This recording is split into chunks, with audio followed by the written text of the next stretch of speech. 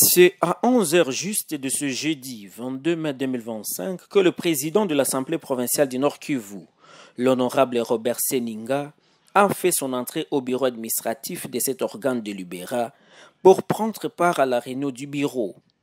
Commencé à 11h30, les membres du bureau de l'Assemblée provinciale du Nord Kivu se sont réunis pour penser en revue toutes les questions liées à la situation sécuritaire et à la situation humanitaire qui prévaut dans les zones sous occupation de l'ennemi et celles sous contrôle des forces armées de la RDC.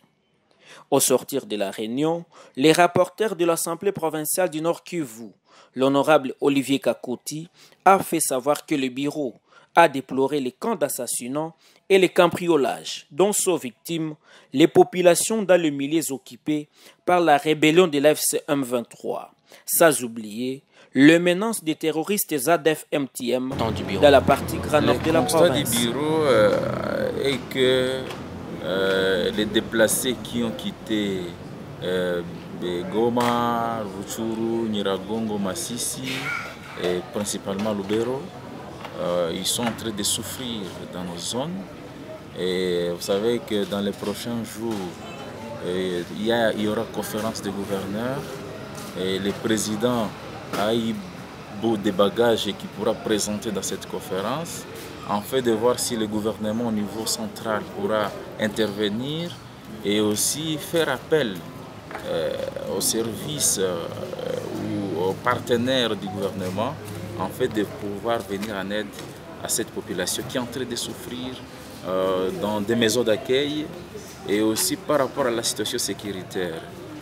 Dans les zones sous contrôle de l'ennemi, des cas d'assassinat, des cas de cambriolage des maisons, mais aussi des cas d'arrestation qui sont en train de s'effectuer là-bas. Tous on a discuté. Dans les zones sous contrôle des FRDC, à Beni, on déplore toujours l'activisme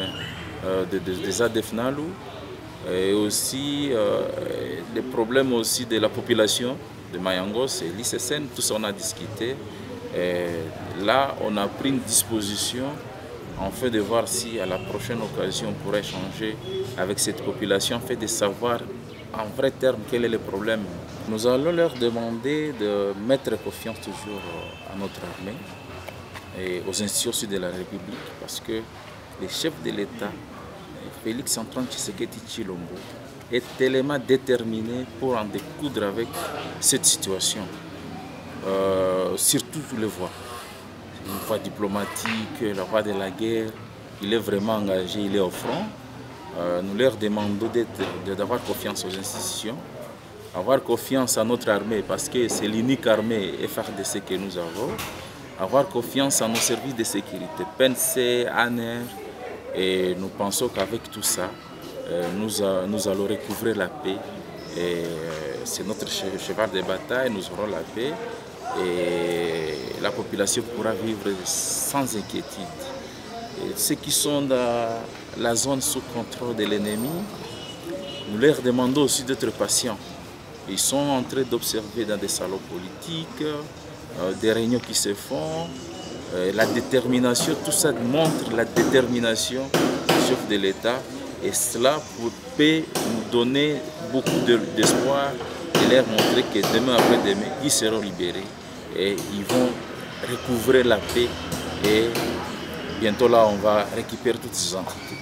Au même moment, le bureau de l'Assemblée provinciale du Nord Kivu, présidé de main de maître par l'honorable Robert Seninga, a appelé la population à soutenir les services de sécurité en mettant sa confiance aux efforts menés dans tous les fronts par le chef de l'État, Félix-Antoine Tshisekedi, pour le retour de la paix. Comme l'a dit le rapporteur de l'organe législatif en province, l'honorable Olivier Kakoti, qui a insisté sur la confiance et la patience de la population. Il est à noter que le bureau de l'Assemblée provinciale du Nord Kivu a promu de plaider aux institutions compétentes pour apporter, tant soit peu, une insistance à vivre et non vivre aux populations déplacées qui avaient fui les atrocités de la guerre.